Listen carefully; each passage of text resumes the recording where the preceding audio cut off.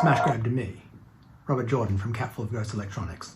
Hi there, my name is Robert Jordan from Capful of Ghost Electronics, and today I'd like to share with you the latest thing that we've been working on. This is what we are looking at today.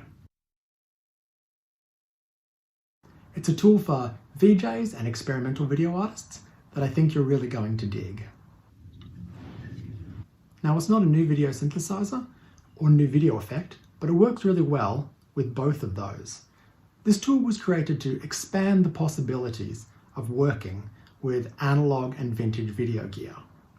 And it does this by adding a number of simple features that will greatly improve the way that you work with this gear. These features include two 2-to-1 switches, which can, for example, add 2 additional inputs to your video mixer, a dirty mixer for creating distortion and disruption as you transition between 2 video inputs, a passive sharpener which heightens the edges of your signal whilst dimming the rest for a great effect, and the centerpiece, a loop out bypass function which allows you to, for example, switch from direct feedback to feedback with effects instantly.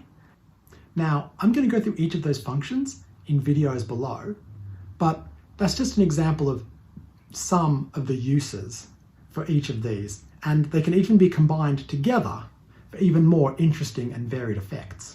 Let's take a quick look at an example of one of the ways that I'm using this before we break down how you can get your hands on one as either a kit or a pre-built unit. So here is a possible setup that I like to use. Now I have my Eddie Roll V4 mixer here, and you can see it's only got 4 inputs, 1, 2, 3, 4. That's great, but live and in the studio I normally like to use a few more channels. And so what I've done here is some external video from over here, which is what we're seeing on the screen right now.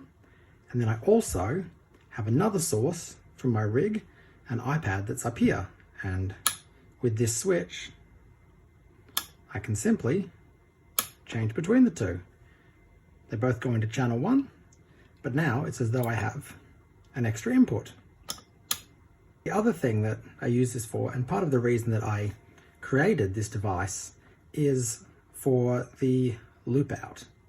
Now, with a video mixer, if you take one of the outputs and run it to one of the inputs, you will get video feedback. So this is video feedback. Now, I love this effect when it's applied to video because it gives you these really nice trails that come off it.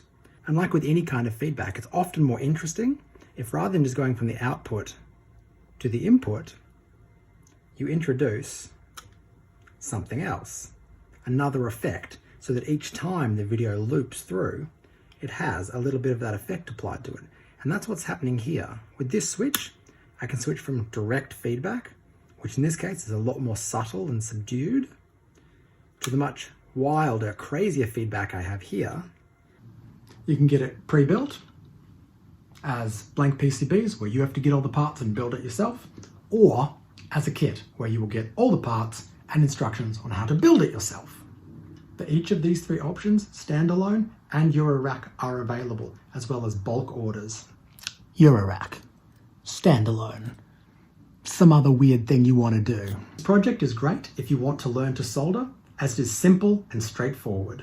I'm really excited to see what people do with this video tool. I found it incredibly useful in my own work, and I cannot wait to see what people do once they get it in their hands.